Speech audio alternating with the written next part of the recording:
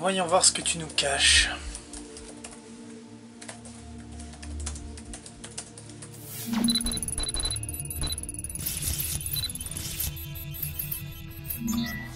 Peu de temps après la naissance d'Iron Man, le colonel James Rhodes de l'US Air Force a confisqué un prototype d'armure à son meilleur ami Tony. A la suite de cela, il devient le héros connu sous le nom de War Machine. Attention au spoil d'Endgame. Le Mark 1 de War Machine a donc été créé à partir du Mark 2 d'Iron Man. Cette armure a servi à Tony de prototype après son retour de captivité avant de passer au Mark 3 armé et utilisable au combat. Rhodes utilise le Mark 2 lors de la soirée de Tony, afin de le stopper alors qu'il utilise sa propre armure bourrée en plein milieu de la foule. A la suite de leur affrontement, Rhodes regagne la base de l'US Air Force où le prototype y est armé par Hammer Industries. On découvre ainsi le Mark 1 de War Machine lors de la démo des drones Hammer à la Stark Expo. L'armure est équipée de tout le catalogue Hammer Industries, allant de la mitrailleuse légère placée sur les avant-bras jusqu'au minigun sur son épaule, en passant par différents modèles de mitrailleuses disséminés un peu partout.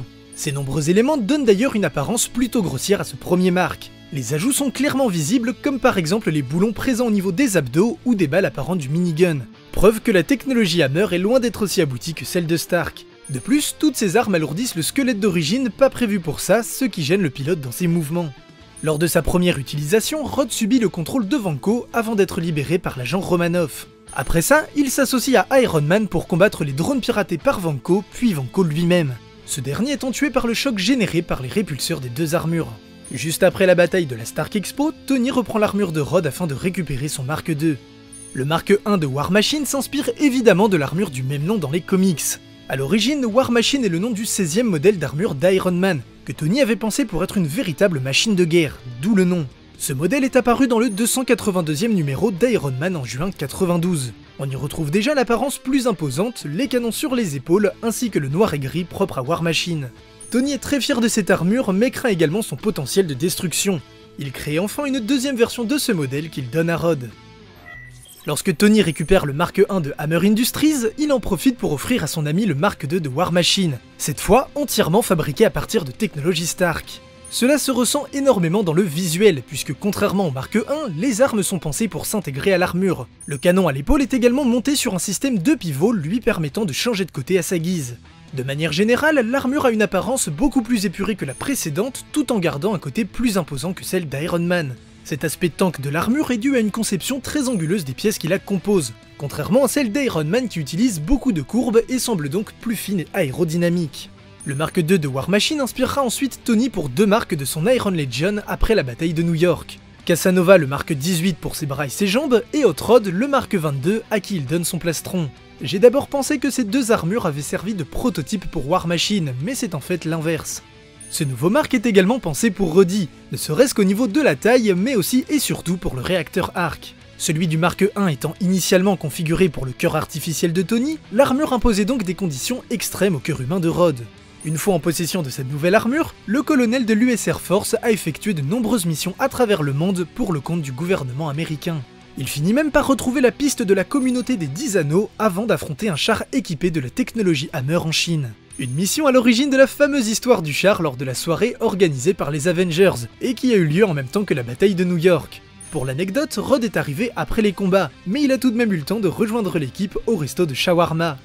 Après l'invasion Chitauri, le gouvernement confie l'upgrade de War Machine à l'AIM de Aldrich Killian. Les modifications portent principalement sur les logiciels de l'armure. En apparence, le Mark 2 est simplement repeint en couleur de l'Amérique et change de nom pour Iron Patriot, une appellation moins agressive selon Rhodes. Au cours de la traque du mandarin, Rhodes se fait temporairement voler l'armure avant de la récupérer afin de protéger le président Ellis. Suite à ces événements, le Mark 2 retrouve ses couleurs et son nom. Plus tard, Rhodes utilise aussi cette armure lorsqu'il est contacté par Nick Fury pour évacuer les Sokoviens du conflit opposant les Avengers et Ultron. C'est également avec le Mark 2 qu'il intègre l'équipe après le départ de plusieurs des membres fondateurs. Pour ce qui est de l'inspiration, l'armure semble partager des similitudes avec le War Machine de la période Dark Reign de 2009. C'est cependant beaucoup plus difficile à identifier que pour les armures d'Iron Man, qui a eu de nombreux modèles au cours des décennies, la plupart étant bien définis par un numéro, un nom, voire même une fonction bien particulière, comme par exemple l'armure furtive. Sauf que War Machine est déjà un modèle spécifique d'Iron Man. En plus, c'est un héros bien plus secondaire, et Rhodes a longtemps remplacé Tony dans l'armure rouge et or. War Machine a donc eu bien moins de versions que son ami, et à partir de 2010, ce sont même les films qui ont inspiré les comics. Rhodes est devenu le second Iron Patriot et ses récentes armures rappellent énormément les marques 1 et 2 des films. Bref, tout ça pour dire que les comics ont finalement peu inspiré les armures qui ont suivi leur propre évolution. Après être devenu un membre des Avengers, Rhodes a droit à une mise à jour drastique de son armure.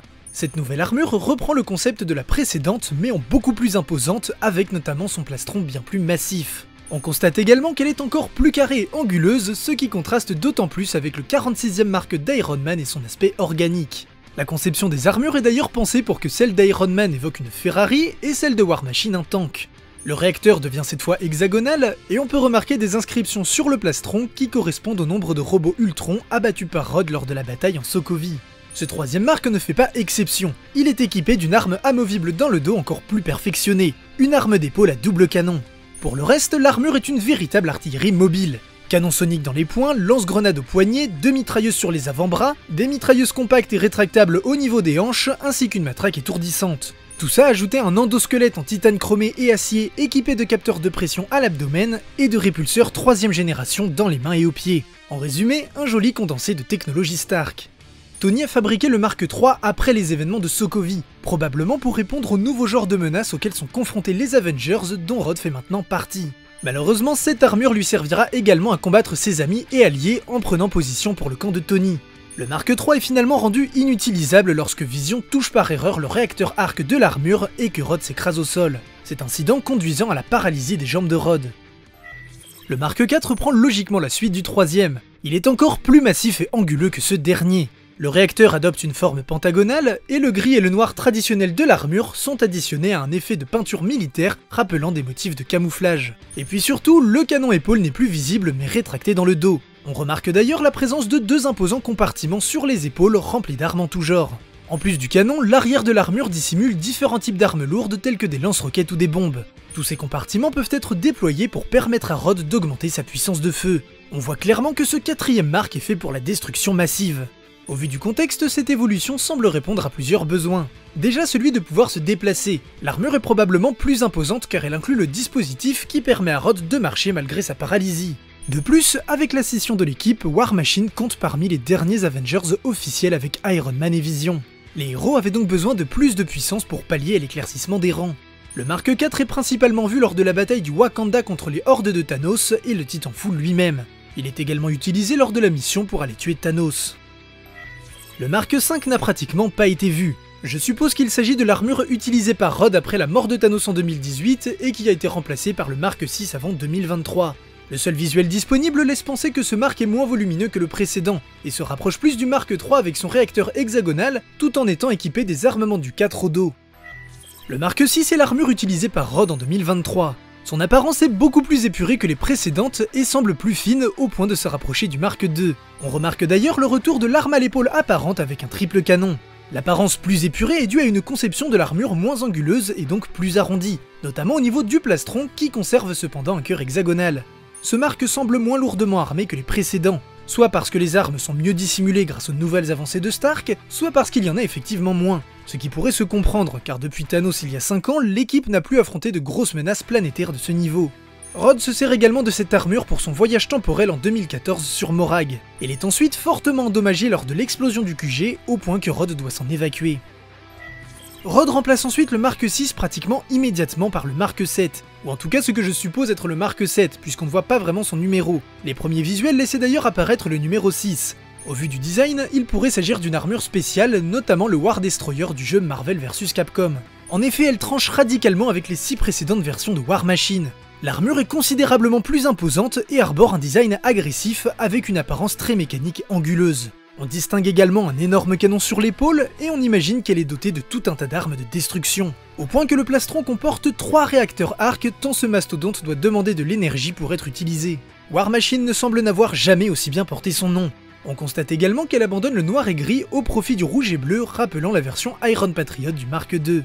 Cette armure a été utilisée lors de la bataille finale pour la Terre contre Thanos mais a été très peu vue. On peut maintenant se questionner sur l'avenir de War Machine en tant que super-héros, puisque le créateur de ces armures étant mort, va-t-il arrêter sa carrière ou trouver un nouveau moyen d'améliorer ses armures?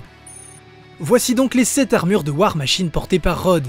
Quelle est votre marque préférée? Perso j'aime beaucoup le Mark IV utilisé lors de la bataille du Wakanda et le Mark VII bien qu'on ne l'ait quasiment pas vu. Si vous souhaitez aller plus loin, voici mes sources. Comme pour les armures d'Iron Man, je me suis principalement documenté dans les artbooks officiels des films dans lesquels War Machine apparaît. Vous pouvez y retrouver les nombreux concept art qui ont permis la création des armures. Le site Iron Man Armory a été d'une grande aide pour les références aux comics. L'encyclopédie visuelle du MCU de Hachette m'a également bien servi, et enfin j'ai découvert pas mal d'éléments dans le prologue comics d'Iron Man 3. D'ordinaire je ne suis pas fan de ce genre de comics, mais celui-ci propose une bonne majorité de contenus inédits qui raccordent Iron Man 2 et 3 ainsi que Avengers avec War Machine pour perso principal. Sur ce, on se retrouve pour de prochaines vidéos, à bientôt sur l'archipel.